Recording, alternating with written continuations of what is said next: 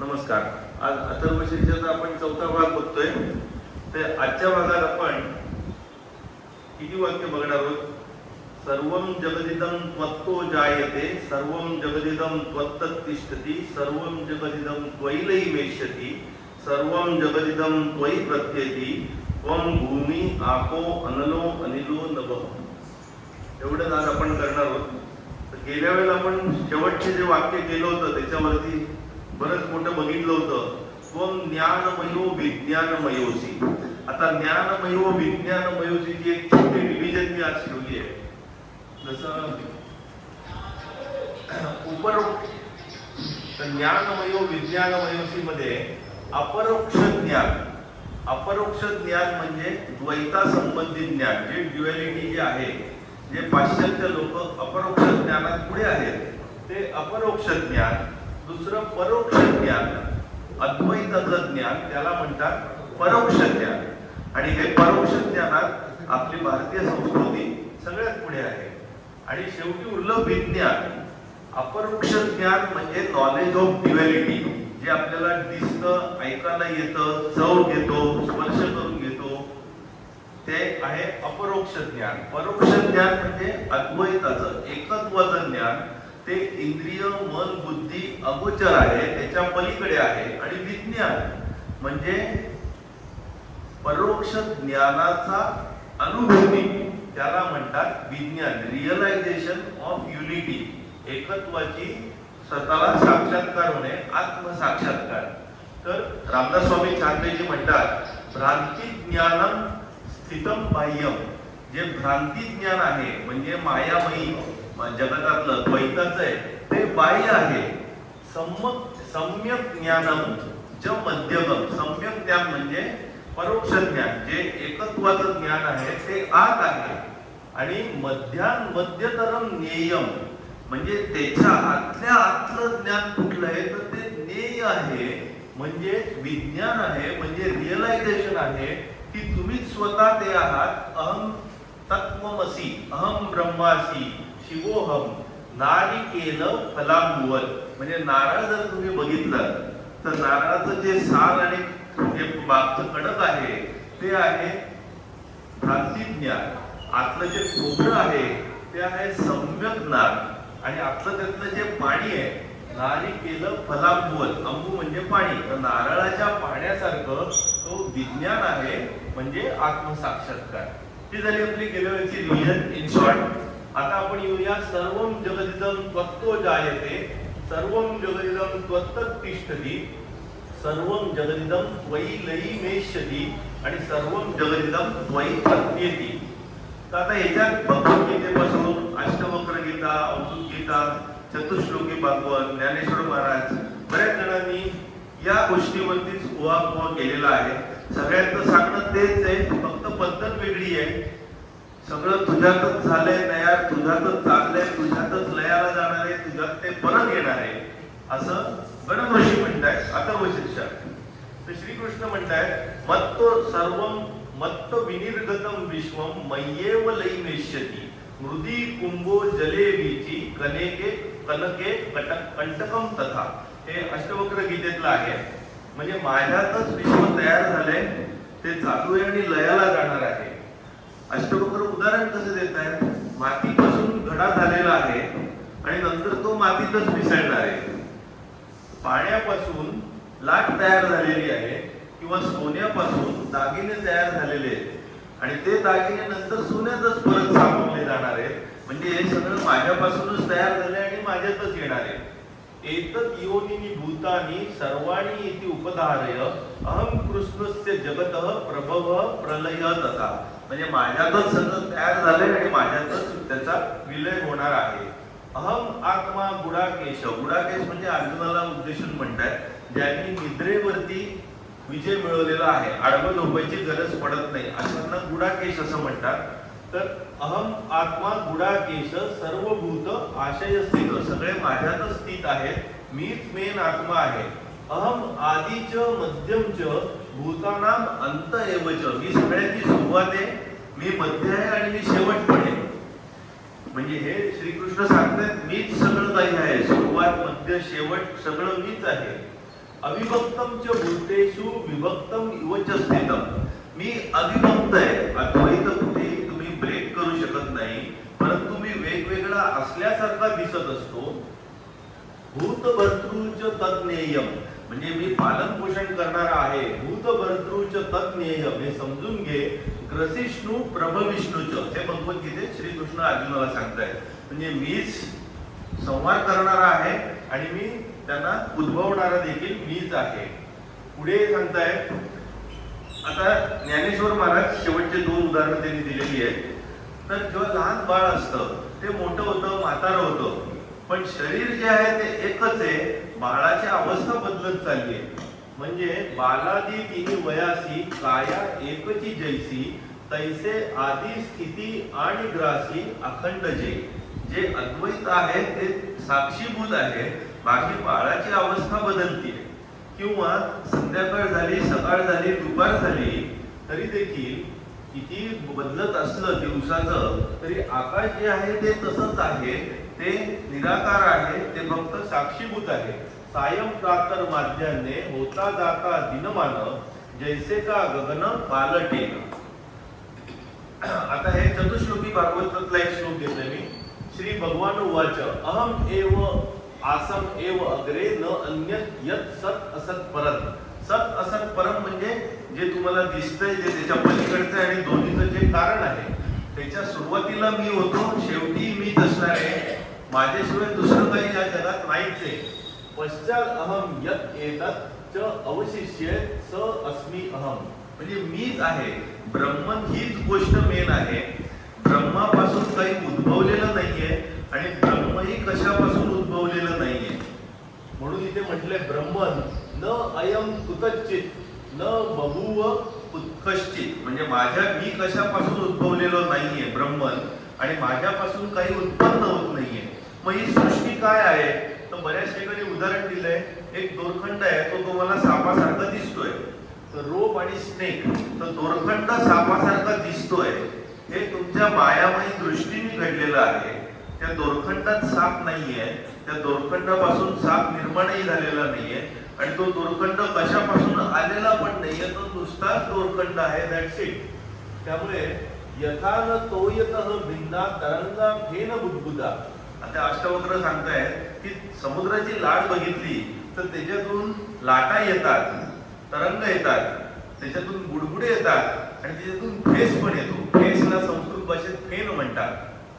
तरंगा फेन बुद्बुदा, म्हणजे लाटा आल्या, फेस आला, बुडबुडे आले, तरी तो सगळा कसला भाग आहे? समुद्राचाच भाग आहे. तसं मी सगळ्यामध्ये आहे. माझ्यापासूनच हे तरंग, बुडबुडे आणि फेस आलेले आहेत, जे तुम्हाला दृश्य सृष्टीत दिसत आहे. तसं ते पुढे म्हणतात आत्मनो तथा भिन्नम विश्वम आत्मविनिर्गतम. ते सगळं विश्व त्या आत्म्यातूनच बाहेर आलेलं आहे. मग ते म्हणतात मी एक मोठ्या समुद्रासारखा आहे आणि हे जीव सगळे लाटांसारखे वरती आलेले आहेत. उदयंती ग्रंथी खेलंती प्रविशंती स्वभावता. ती लाट वरती येते, त्या लाटेला वेगवेगळी नावं आहेत. ती लाट आपटते, ती लाट उसळते, लाट खालती येते, म्हणजे जन्माला येतो, मृत्यू होतो. हे सगळे लाटेचे जे प्रकार चालू आहेत ते शेवटी माझ्यातच मिसळत आहेत. मीच सगळ्याला कारक आहे, वरती यायला आणि खालती यायला. त्या लाटांमुळे त्याला नाम रूप हे सगळे आलेले द्वैताचे प्रकार. महोदिदी इव अहम सप्रपंचो विचिसिन्नभ, म्हणजे हा प्रपंच जो आहे तो लाटेप्रमाणे आहे आणि मी महासागरासारखा आहे. इति ज्ञानं तथा एतस्य न त्यागो न ग्रहोल. म्हणून तुम्ही काही स्वीकारू नका आणि काही त्यागू नका. सगळं मीच आहे, तर त्यागायचं काय आणि स्वीकारायचं काय? हा हात माझा आहे, हा पाय माझा आहे, तर याला त्यागणं काय आणि स्वीकारणं काय? सगळं मीच आहे, असं अष्टवक्र सांगतायत. मयी अनंत महाभूतौ जगत विची स्वभावत. मी मोठ्या समुद्रासारखा आहे आणि जग हे लाटेसारखं आहे. ती लाट किती वरती आली, खालती आली, किती लाटा मिळाल्या गेल्या, तरी माझ्यात काहीही फरक पडत नाही. मी आहे तसाच आहे.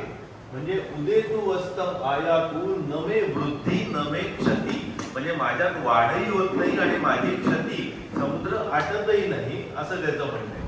आता आपण येतोय शेवटच्या लाईनीकडे. त्वं भूमी आपो अनलो अनिलो नभ बऱ्याच वेळेला अथर्व शीर्षणा म्हणताना आपण सुपरफास्ट म्हणत असतो मग भूमिरापो नलो निलो नभः आणि पुढे. पण हे नक्की काय आहे? तो पंचमहाभूत आहे. तू कोण आहे? भूमी म्हणजे पृथ्वी तत्व, आप म्हणजे पाणी, अनल म्हणजे अग्नी, आणि अनिल म्हणजे वायू, आणि नभ म्हणजे आकाश. तर ही 5 जी तत्व आहेत तो तूच आहेस. आता या तत्वांबद्दल आपण पुढे बघूया एक 4-5 वाक्यात. मग आजचा सुरस भाग सुरू होईल स्वीट डिश, संकष्टी चतुर्थी आणि गणपती बद्दल. त्यामुळे आज मी गेल्या वेळेचं ठेवलेलं नाहीये, जरा लाईट एकदम. तर त्वं भूमी आपो अनलो अनिलो नभः हे इति इति या प्रकारात मोडतं. जेव्हा परमेश्वराची एकरूपता साधायची असते ज्ञान योगात, तेव्हा 2 प्रकार वापरले जातात, इति इति आणि नेति येती. नेति नेति, इति इति आणि नेति नेति. इति इति म्हणजे अन्वय आणि नेति नेति म्हणजे व्यतिरेक. अन्वय व व्यतिरेक हे मी फक्त तुम्हाला शब्द आता देऊन ठेवतोय, नंतर आपण पुढे कोर्स मध्ये करू तेव्हा त्याचं डिटेल सगळं येईल. तर इति इति म्हणजे काय? तर एका याच्यात अवधूत गीतेत म्हणतात आ ब्रह्म तंब पर्यंत. ब्रह्म म्हणजे ब्रह्मांड, तंब म्हणजे गवताच्या काडीपर्यंत सगळं काही मीच आहे. आ ब्रह्म तंब पर्यंत अहम एव इति निश्चयी, मीच आहे, निश्चित आहे. निर्विकल्प शुची शांत, प्राप्त अप्राप्त विनिर्वृत. त्यामुळे तू शांत राहा, रिलॅक्स राहा, काही घेणं आणि देणं नाहीये, सगळं तूच आहेस. त्वं भूमी आपो अनलो अनिलो नभः, इथे गणेश ऋषी तेच सांगतायत, तूच सगळं आहेस.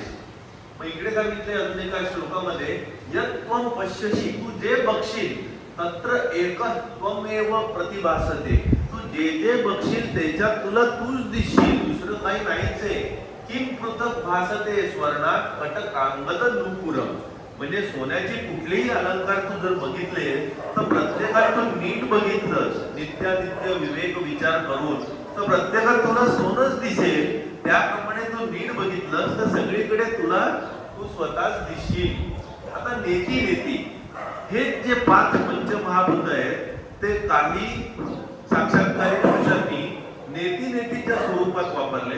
सगळ्यात फेमस निर्वाण षटकम. अथर्व शीर्ष झाल्यावर आपण निर्वाण षटकमचे 6 श्लोक करणार आहोत. त्याच्यातला पहिला श्लोक आहे मनोबुद्धी अहंकार चित्तानि नाहं अज श्रोत्र जीवे नचक्राण नेते नच व्योम भूमिर्न तेजो न वायू चिदानंद रूप शिवोहम शिवोहम. हे आपण घेऊ तेव्हा डिटेल मध्ये येईल, पण त्याच्या शेवटच्या पहिल्या श्लोकातली लाईन कुठली आहे? नच व्योम भूमी. व्योम म्हणजे आकाश, भूमी म्हणजे भूमी, तेज तेज म्हणजे अग्नी, वायू म्हणजे वायू. याच्यात त्याने जल पकडलेलं नाहीये. ते शंकराचार्यांची खासियत होती, तो मीटर छंद जोडण्यासाठी ते 4-4 गोष्टी आहेत 5 घ्यायच्या ऐवजी. चिदानंद रूप शिवोहम शिवोहम म्हणजे तू शिवच आहे, तोच तुझ्यात आहे. ही माया सगळा भ्रम आहे, ते तू नाहीयेस. इथे ते व्यतिरेक करतायत, तू कोण नाही असे सांगतो. पण नेती नेती मध्ये अजून कुठे वापरले गेले? न पृथ्वी न जलम न वायू देव. देव म्हणजे इतर आकाश तत्व. वा भगवान एषा साक्षीणाम आत्मानं चिद्रूपम विद्धी मुक्ते.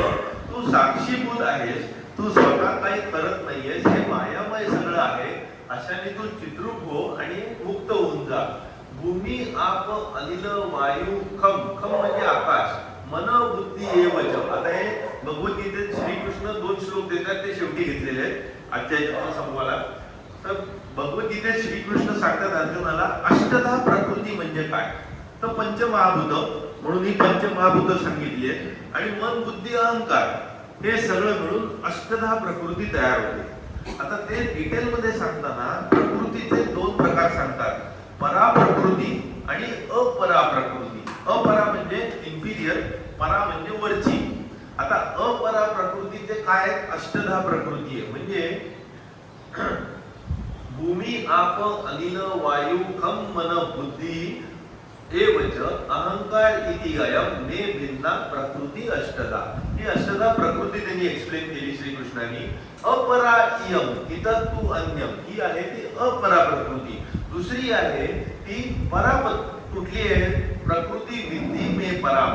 त्या पराप्रकृतीमध्ये काय आहे, जीवभूता महाबाहो यया इदम धार्यते जगत. त्याच्यात जीवभूत आलेले आहेत, म्हणजे त्या प्रकृतीत तुमचं जे शरीर मन बुद्धीमध्ये जो जीव आहे, जीवात्मा आहे, तो पराप्रकृतीचा अंश आहे.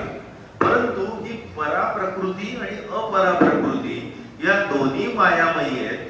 या नष्ट झाल्या तर काही उरतच नाही. हे उदाहरण खूप छान प्रकारे कसं दिलंय, एका मातीच्या भांड्यामध्ये पाणी आहे आणि त्या पाण्यात सूर्याचं प्रतिबिंब पडलेलं आहे, रिफ्लेक्शन आलेलं आहे. तर मातीचं भांड आणि पाणी तुमचं शरीर मन बुद्धी सगळं आहे आणि त्याच्यात जे सूर्याचं प्रतिबिंब पडलेलं आहे तो तुमचा जीवात्मा आहे, म्हणजे पराप्रकृती आहे. आता माती भांड पाणी ही अपराप्रकृती, ती मायामयीच आहे. त्याच्यातलं पडलेलं प्रतिबिंब हे जरी सूर्याचं असलं तरी प्रतिबिंब हे भासमानच आहे. त्यामुळे हे दोन्ही नष्ट झालं तरी सूर्यावरती काहीच परिणाम होत नाही. तर इथे आपला आजचा पाठ संपतो. अथर्व शीर्षाचा जो गहन भाग होता तो आपण पहिले संपवला. आपण अथर्व शीर्षात हरिओम नमस्ते गणपतये पासून इथपर्यंत आलेलो आहोत. हरिओम नमस्ते गणपतये त्वमेव प्रत्यक्षं तत्त्वमसि त्वमेव केवलं कर्तारं धर्तारं हर्तारं. आता हे हू एम आय, माझी रिअल आयडेंटिटी काय, त्याच्याकरता आपण पहिला पाठ बघत होतो. त्वमेव सर्वं खल्विदं ब्रह्मासि त्वं साक्षात आत्मासि नित्यं. हे मी खरं सांगतोय, प्रिन्सिपल सांगतोय, ऋतम वच्मी सत्यम वच्मी. मग तुझ्या ऍक्शन्स काय आहेत, अवत्वं वाम अववक्तारं अवश्रोतारं अवधातारं अवदातारं अवानुचार भवशिष्यम. म्हणजे या तुझ्या ऍक्शन आहेत. तू तुझं रक्षण करायचंय, तुझ्या बोलण्यापासून, ऐकण्यापासून, देण्यापासून, घेण्यापासून. त्याच्यावर आपण पूर्ण एक लेक्चर घेतलेलं होतं. नंतर तुझं रक्षण तुला सगळ्या दिशेतून करायचंय, पाठीमागून करायचंय, पुढून करायचंय, पूर्वेकडून पश्चिमेकडून. तर पश्चिमेकडून सुरुवात केली तर पश्चिम आणि पाठीमागचं, पूर्वेचं पुरस्तात आणि भविष्यात जे घडेल, अवोत्तरात दक्षिणातात चोरद्वातात अवाधरातात सर्व तोमां पाही पाही समंतात. मग तू वाङ्मय आहे, चिन्मयी आहे. त्वं वाङ्मयस्त्वं चिन्मयः त्वं आनंदमयस्त्वं ब्रह्ममय. म्हणजे तुला हे समजलं, उमगलं, आनंदाने तू अंमलात आणतोयस. हे सगळं कळल्यानंतर की तू सच्चिदानंद आहेस, अद्वैती आहेस. सच्चिदानंदावरती आपण गेल्या वेळेला बघितलं होतं, तो प्रत्यक्ष ब्रह्मासी आणि तो ज्ञानमयो विज्ञानमयोसी. आज आपण बघितलं होतं तुझ्यातच सगळं सुरू होतं, तुझ्यातच चालतं आणि तुझ्यातच संपतं. सर्वं जगदिदं त्वत्तो जायते सर्वं जगदिदं त्वत्तत् तिष्ठति सर्वं जगदिदं त्वयि लयी मेष्यति. लयी म्हणजे लयाला जातं. सर्वं जगदिदं त्वयि प्रत्येति. पुन्हा कल्प झाला, कल्पांत झाला, नवीन कल्प सुरू झाला, परत सुरू झालं. त्वं भूमी आपो अनलो अनिलो नभो. आता हे झालं अथर्व शीर्षाचा भाग. आता आपण येऊया, या गेल्या आठवड्यात संकष्टी चतुर्थी झाली, अंगारकी चतुर्थी झाली. लहानपणापासून आपण ऐकत आलेलो असतो, खरोखरीच सगळे डिटेल माहितीत काय एकदा आपण रिवाइज करूया. तर संकष्टी चतुर्थी म्हणजे काय, तर अमावास्येनंतर वेनिंग फेज म्हणजे पौर्णिमा झाली की नंतर चंद्र बारीक व्हायला लागतो. तर त्याच्यातला जो चौथा दिवस, ती जी चतुर्थी असते, चतुर्थी दोन वेळा येते, पौर्णिमेनंतर येणारा चौथा दिवस किंवा अमावास्येनंतर येणारा चौथा दिवस. जो पौर्णिमेनंतर चौथा दिवस येतो त्याला म्हणतात संकष्टी चतुर्थी, कृष्ण पक्षातली. आणि शुक्ल पक्ष म्हणजे अमावास्येनंतर जो 15 ते 15 असतो तो शुक्ल पक्ष. तेव्हा जी चतुर्थी येते तेव्हा त्याला म्हणतात विनायक चतुर्थी. विनायक चतुर्थीला दुसरं नाव आहे गणेश चतुर्थी. जेव्हा ती भाद्रपदात येते आणि तेव्हा गणेश मूर्तीचा आपण प्रतिष्ठापना करतो. आणि त्याच्यानंतर 10 दिवसानंतर चतुर्दशी येते, तेव्हा अनंत चतुर्दशीला विसर्जन होतं 10व्या 11व्या दिवशी. तर आपण येऊया आता अंगारकावरती. तर ऋषी भारद्वाज आणि पृथ्वी भूमी यांच्यापासून अंगारका तयार होतो, म्हणजे जन्माला येतो. तो अंगारका भारद्वाजाप्रमाणेच कृष्ण भक्त असतो आणि तो गणेश भक्त असतो. तर अंगारक प्रचंड गणेश भक्त असतो, गणेशाची खूप कठोर तपश्चर्या करतो आणि शेवटी गणेश प्रसन्न होतात. मग ते म्हणतात तुला काय इच्छा आहे, तुझा वर तुला देतो मी. तर तो म्हणतो माझी फक्त एवढीच इच्छा आहे की मला तुमच्यापासून कोणी दूर करायला नको. गणेशजी म्हणतात ठीक आहे तथास्तु. आज मंगळवार आहे आणि आज चतुर्थी आहे, तर मंगळवारी जेव्हा चतुर्थी येईल कृष्ण पक्षातली म्हणजे संकष्टी, ही कृष्ण पक्षातली चतुर्थी मंगळवारी जेव्हा येईल तेव्हा तिला अंगारिका चतुर्थी किंवा अंगारिका या नावाने ओळखलं जाईल, असं त्यांनी त्याला वर दिला. त्यामुळे ही जी सुरू झाली नंतर ही 700 BC म्हणजे बिफोर क्राइस्ट 700 वर्षापूर्वी ही पाळायला सुरुवात झाली. तेव्हा चंद्रप्रकाश दिसण्याच्या अगोदर अथर्व शीर्ष पठणाची पद्धत आली. म्हणजे गणक ऋषींनी त्याच्या आधी बरंच लिहिलेलं होतं अथर्व शीर्ष. तर या अथर्व शीर्षाबद्दल आपण आता बघतोय आणि अंगारिकी चतुर्थीशी कसा त्याचा योगाला जुळून दे बघा. आता संकष्टी चतुर्थी जी आहे म्हणजे चौथा दिवस कृष्ण पक्षातला पौर्णिमेनंतरचा चौथा दिवस संकष्टी चतुर्थी. ती जी संकष्टी चतुर्थी आहे ती पौष महिन्यात जानेवारी फेब्रुवारी आणि फेब्रुवारी मार्च म्हणजे माघ महिन्यात येते. ती जास्त महत्वाची पकडली जाते. जेव्हा ती मंगळवारी येते संकष्टी चतुर्थी तेव्हा त्याला अंगारिकी चतुर्थी असं म्हणतात. आणि अंगारिकी चतुर्थी पासून संकष्टीचं व्रत करायला सुरुवात करतात. प्रत्येक संकष्टी पाळायचं हे जे व्रत सुरू होतं ते अंगारिकी चतुर्थी पासून केलं जातं. आता आपण येऊया पुढच्या एका गोष्टीकडे, पुराणातली गोष्ट. दुर्वास मुनी वैकुंठाला चाललेले होते. तर वैकुंठाला जात असताना स्वर्ग येतो मध्ये, तिथे इंद्र आणि रंभा क्रीडा चालू असते. दुर्वास मुनीला बघितल्यावर इंद्र लगेच दुर्वास मुनींची एकदम पूजा अर्चा करतात. दुर्वास मुनी एकदम खुश होतात, त्याला पारिजाताची फुलं देतात आणि ते म्हणतात की ही फुलं तू ज्याच्या डोक्यावर ठेवशील ती व्यक्ती अत्यंत बुद्धिमान, हुशार, सर्व संकट मोचन वगैरे वगैरे होईल, काही प्रॉब्लेम नाही. आणि ते निघून जातात. आणि इंद्र अजूनही भ्रमित अवस्थेत असतो त्या रंभेमुळे. त्यामुळे तो ती फुलं टाकतो त्याच्या हत्तीच्या डोक्यावर आणि तो हत्ती एकदम प्रचंड बुद्धिमान, संकट मोचन आणि एकदम जबरदस्त होऊन जातो. आणि एकीकडे दुसरीकडे काय होतं तर गणेशाचा जन्म होतो. पार्वती पूज असते, सगळे जमलेले असतात आणि सगळे भेटायला येतात. त्याच्याबरोबर शनिदेव पण येतात. आता शनिदेव हे प्रचंड कृष्ण भक्त.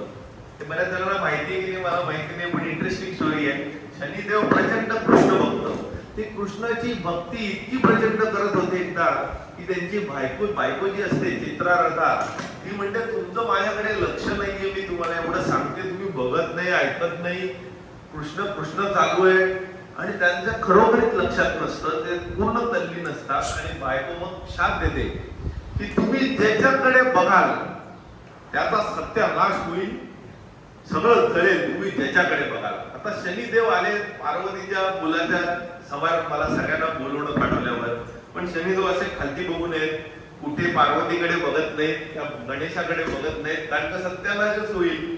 मग पार्वती हसायला लागते, तुम्ही बघत नाही, आले काय करताय काय नाही, उपवास करते, सगळे हसतात. शनिदेव म्हणतात ठीक आहे मी त्या बाळाकडे तरी बघतो ऍटलीस्ट थोडंसं, म्हणून असं किंचित तिरक्या नजरेने ते बघतात.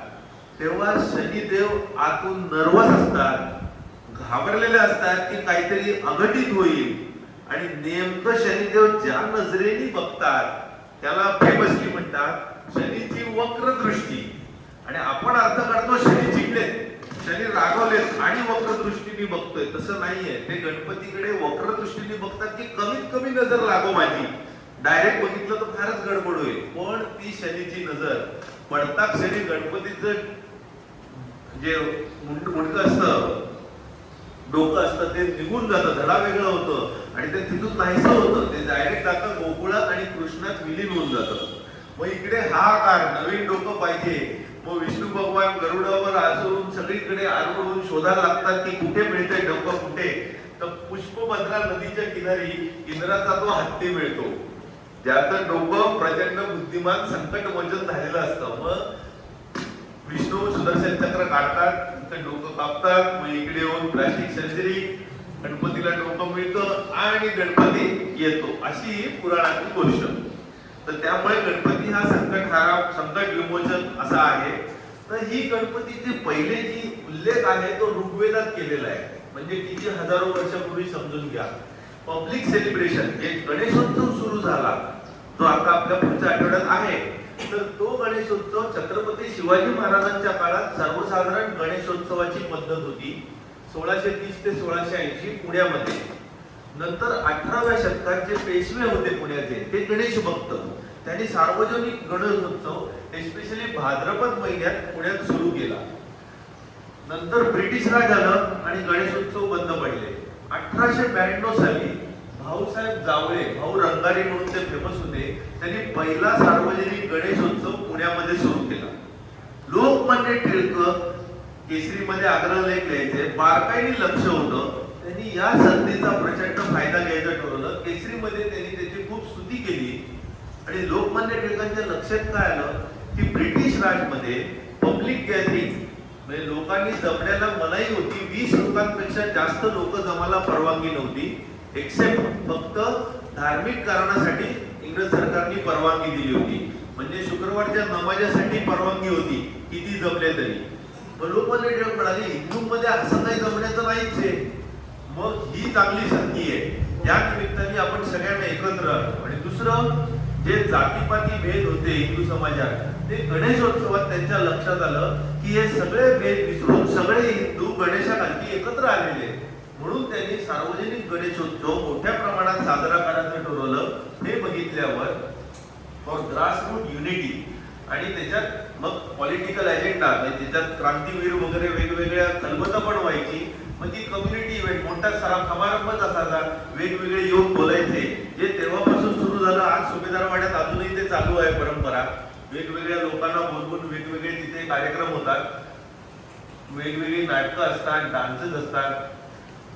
गणपतीच्या ह्याच्यात शेवटी आपण जे आरती म्हणतो, सुख करता दुःख असता, ती समर्थ रामदास स्वामींनी लिहिलेली आहे, ती आपण प्रत्येक वेळेला म्हणतो. इथे येताना मला खूप बरं वाटतं की रामदास स्वामींचा फोटो आहे, ज्ञानेश्वर महाराजांचा आहे, विठोबा जो श्रीकृष्णाचाच अवतार आहे त्याच्याबद्दलही आहे. तर आता आपण इथे शेवटची आजची गोष्ट की आता संपलं. तर त्या जन्माष्टमीचा उपास केला होता बऱ्याच जणांनी, तर त्या उपासावरतीच गोष्ट आहे श्रीकृष्णाची. तर एकदा सगळ्या गोपी उपास करतात आणि कठोर उपास असतो, पण त्या उपासाची सांगता ते कोणातरी खायला दिलं होतं. तर ते श्रीकृष्णाला म्हणतात काय करू आम्ही आता, कसा सोडू उपास. ते म्हणतात यमुनेच्या पलीकडे दुर्वास मुनी आलेले आहेत, तर त्यांना जाऊन तुम्ही प्रत्येकीने अन्न द्या आणि तुमचा उपास ती सांगता करा, म्हणजे तुम्हाला चांगलं पुण्य लाभेल. तर गोपी म्हणतात ठीक आहे. म्हणजे जातात यमुनेच्या इथे. आता पावसाळ्याचे दिवस, जन्माष्टमीचं जवळ म्हटलं तर पाऊस चालूच आहे, तर यमुनेला भरपूर पाणी असतं, पूर आलेला असतो, कुठलाही नावाडी पलीकडे जायला तयार नसतो. मग त्या म्हणतात आता काय करायचं, परत श्रीकृष्णाकडे जाऊ.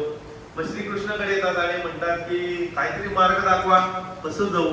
मग श्रीकृष्ण म्हणतात ठीक आहे, जाऊन यमुनेला सांगा जर मी श्रीकृष्ण अखंड ब्रह्मचारी असेल, म्हणजे जन्मापासून आजपर्यंत अखंड ब्रह्मचारी, त्याला अखंड ब्रह्मचारी असेल तर आम्हाला रस्ता दे. त्या मनात विचार करतात त्याच्या 16,108 बायका झाल्या, अजून चालू आहेत आणि अखंड ब्रह्मचारी कसं. पण ते श्रीकृष्ण सांगतात ऐकूया. मग जातात तिकडे, नर्मदेला हात जोडून प्रार्थना करतात यमुनेला, आणि यमुना एकदम रस्ता देते, मध्ये जागा तयार होते आणि त्या नदी क्रॉस करतात. दुर्वास मुनींना जातात आणि त्यांना प्रत्येकीने एवढे एवढे घेऊन गेलेलं असतं. एवढे काही हुशार नसतात गोपी, पण सगळं प्रसाद म्हणून घेऊन जातात, भरपूर असतात 50-60. दुर्वास मुनी म्हणतात की मी हे काही खात नाही, मी फक्त गवत खातो, 2 मुक्ती झालं माझं खाणं, काही प्रॉब्लेमच नाही. पण त्या म्हणतात अहो श्रीकृष्णाने सांगितलंय तुम्ही खाल्लं नाही तर आमचं व्रत असफल होईल, काय करू. दुर्वास मुनी म्हणतात ठीक आहे आणा. 50 जणींचं एवढं एकटे दुर्वास त्यांच्या योग मायेने सगळं संपवतात. सगळं संपून झाल्यावर त्या सगळ्या खुश होतात, पाया पडतात, परत निघतात. परत तेच यमुनेला पूर असतो, आता काय करायचं, परत दुर्वासांकडे येतात की अहो असं आहे, आता आम्ही क्रॉस कशी करणार. ते म्हणतात ठीक आहे, यमुनेला जाऊन सांगा जर आज मी फक्त गवताचे 2 कण खाल्ले असतील आणि बाकी काही खाल्लं नसेल, आज मी फक्त गवताचे 2 कण खाल्ले असतील, बाकी काही खाल्लं नसेल तर तू आम्हाला रस्ता दे. परत आश्चर्यचकित होतात. पण त्या म्हणतात दुर्वास मुनींची पॉवर आहे, त्या म्हणतात ऐकूया. मग जातात यमुनेला हात जोडून प्रार्थना करतात की आज जर मी दुर्वास मुनींनी फक्त 2 गवताचे कण खाल्ले असतील आणि काही दुसरं खाल्लं नसेल तर जागा दे. आणि यमुना नदी जागा देते, रस्ता तयार होतो आणि ते क्रॉस करून परत येतात.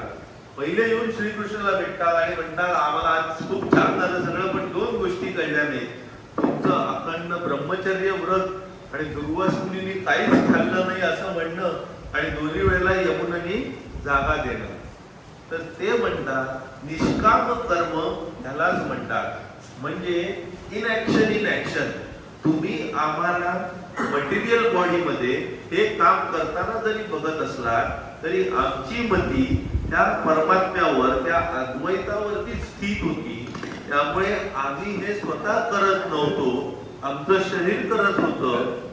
या भावनेने जेव्हा आम्ही काम करतो तेव्हा ते कर्म आम्हाला लागू पडत नाही.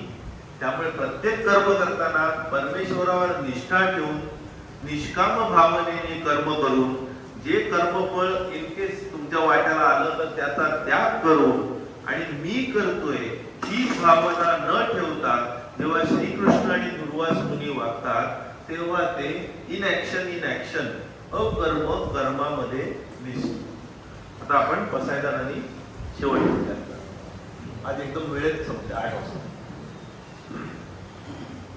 आता विश्वात्मके देवे येणे भाग्यज्ञे तोषावे दोषोनी मत द्यावे सायदानने जे काळांची व्यंकटी सांडो त्या कर्मी रती वाळो भूता परस्परा पडो मैत्र जीवांते दुरिता